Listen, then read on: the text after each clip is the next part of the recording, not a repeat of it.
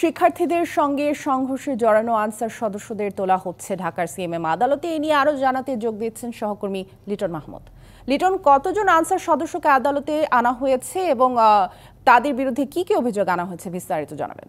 জান্নাত, আপনাকে ধন্যবাদ। এর আগে আপনি যেমনটি বলছিলেন, গতকাল সচিবালয়ের সামনে ছাত্র জনতার সাথে আনসার সদস্যদের সংঘর্ষের ঘটনায় পর্যন্ত রাজধানীর বিভিন্ন থানায় প্রায় ৮০০-এর উপর আনসার সদস্যদের বিরুদ্ধে একাধিক মামলা হয়েছে এবং এসব মামলায় এখন পর্যন্ত গ্রেপ্তার আনসার সদস্যদের মধ্যে প্রায় ৩৭৫ জনকে আদালতে আনা হয়েছে। এই মুহূর্তে তাদেরকে আদালতে এনে আদালতের যে হাজতখানা রয়েছে সেই হাজতখানায় তাদেরকে রাখা হয়েছে এবং বাকি আসামিদের আসলে নিয়ে আসার পরই আদালতে তাদের যে তোলার বিষয়টি সেটি নিশ্চিত হবে এবং সেখানে তাদেরকে যদি রিমান্ড চাওয়া হয় সেই রিমান্ড শুনানি হবে, অথবা রিমান্ড না চাইলে পরে যদি কারাগারে আটকে রাখার আবেদন করেন মামলার যিনি তদন্ত কর্মকর্তা, সেই অনুযায়ী আসলে আদালতে এই বিষয়টি শুনানি হবে।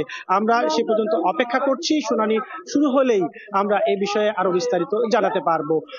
আপনি যেমনটি বলছিলেন, এর আগে গতকাল আসলে সচিবালয়ের সামনে সন্ধ্যায় অবস্থান নিয়ে সচিবালয়ে থাকা যিনি উপদেষ্টারা রয়েছেন তাদেরকে আটকে রেখে সচিবালয়ে যারা কর্মকর্তা কর্মচারী রয়েছেন তাদেরকে মারধরের অভিযোগ রয়েছে এই সকল আনসার সদস্যদের বিরুদ্ধে।